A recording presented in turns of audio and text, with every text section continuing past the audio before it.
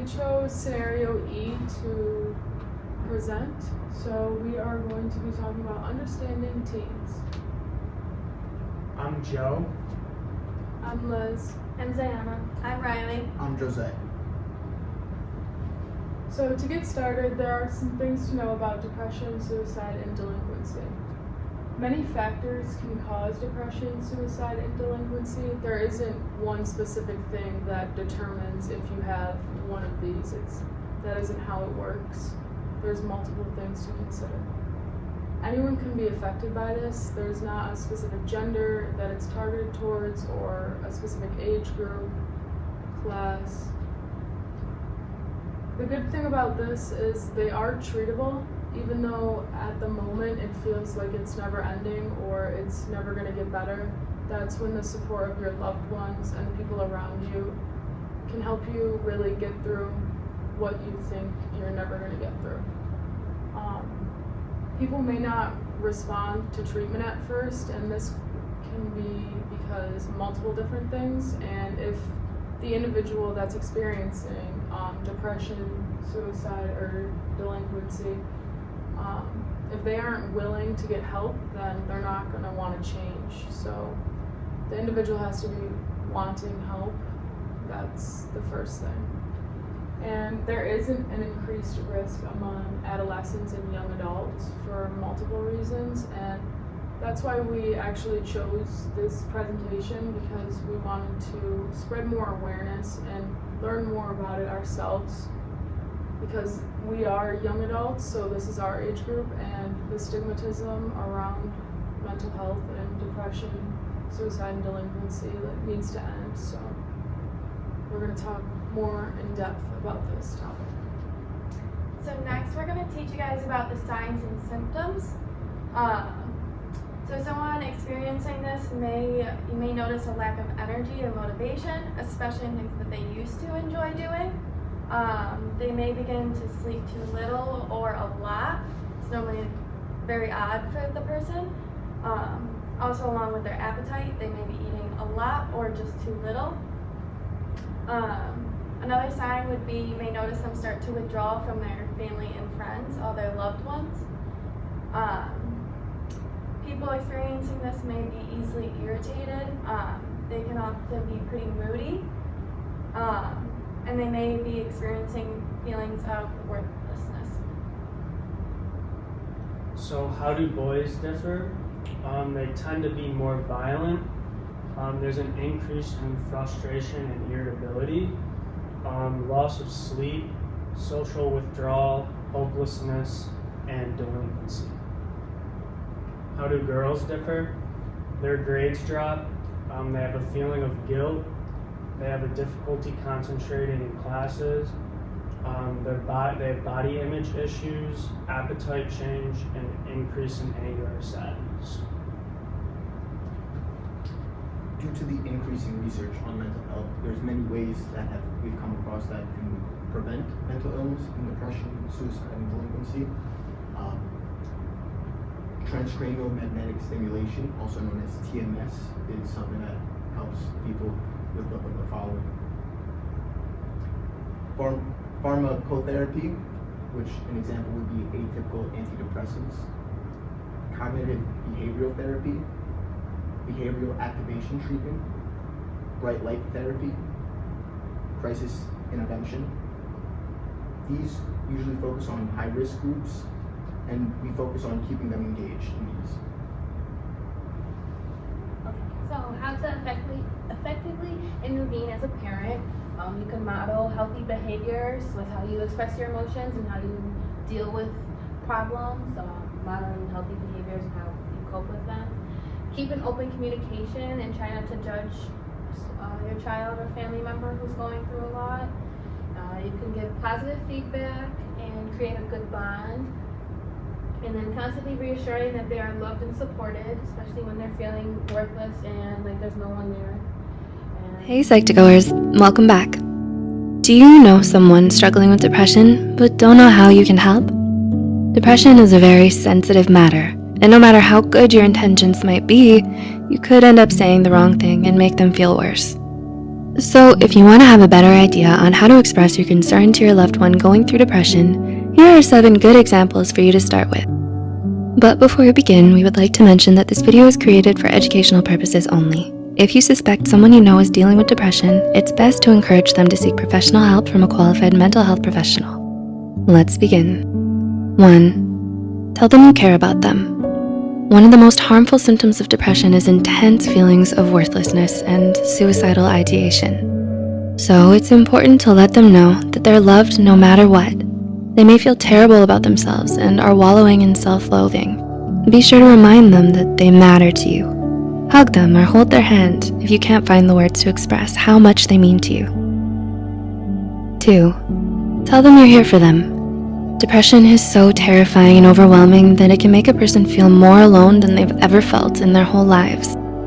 That's why it's important for them to have a strong support system. Don't let them suffer in silence.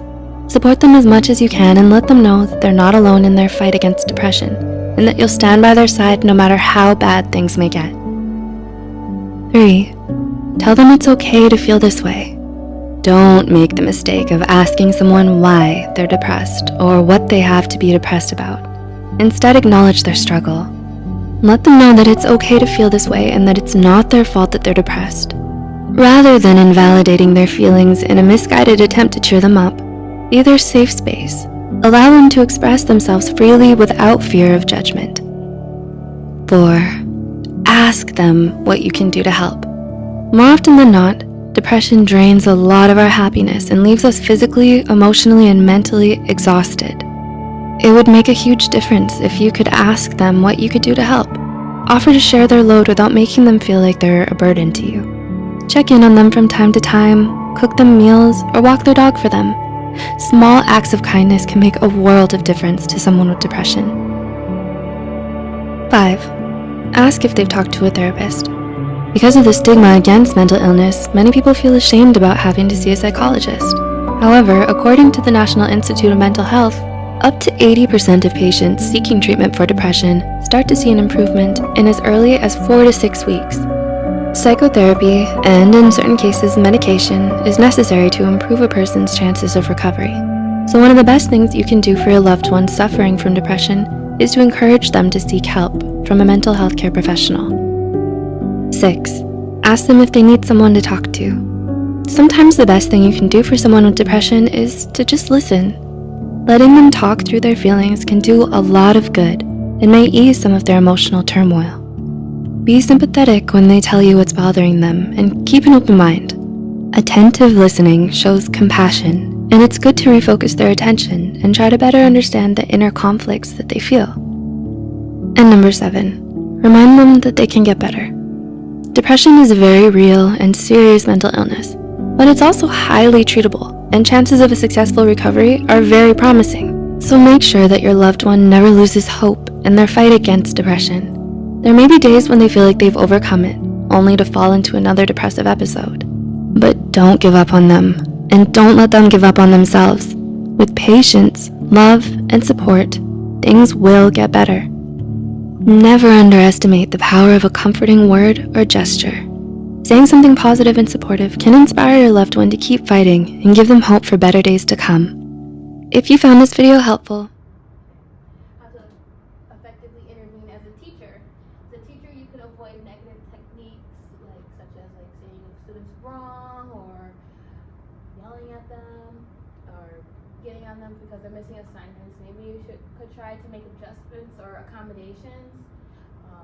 Develop a genuine relationship and talk to your student. Try to get more involved in their personal life. I know that's extra, but going that extra mile could really help someone. Consult with the school psychologists, counselors, and social workers to try to get them in contact with that said student, and arrange experiences so that the students can be successful and receive recognition for success. So when they are turning in something or they've completed something and you can see they put their best effort, acknowledge that you see that their effort is there and you see that they're doing better. So, some do's and don'ts when speaking to someone. This can be anyone. It could be a loved one, it could be a teacher, a student,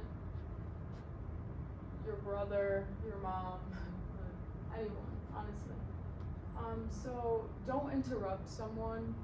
Let someone talk. Even if you don't agree with them, you can just let them express how they're feeling at that moment. Don't engage in one-upping. If they say, oh, my grandma's in the hospital, and you say, oh, my grandma's in the hospital, and I just popped my tire, I'm having the worst day ever, I think that my day is going worse than yours. Like, don't compare situations, just allow someone to express how they're feeling. Don't judge someone, even if it's something that you wouldn't do personally.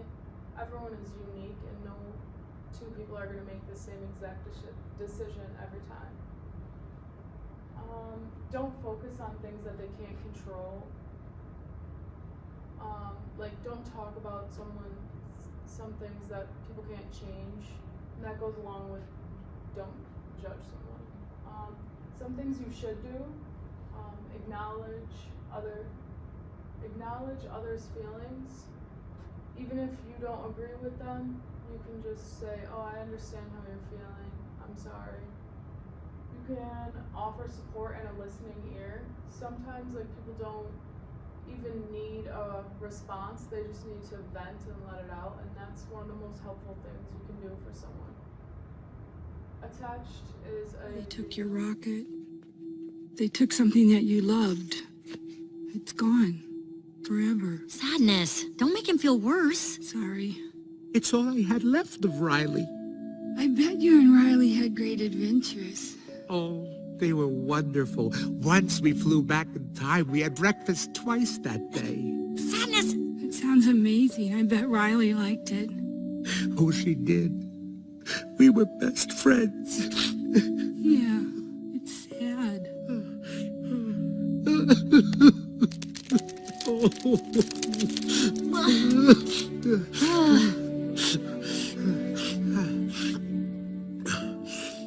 I'm okay now.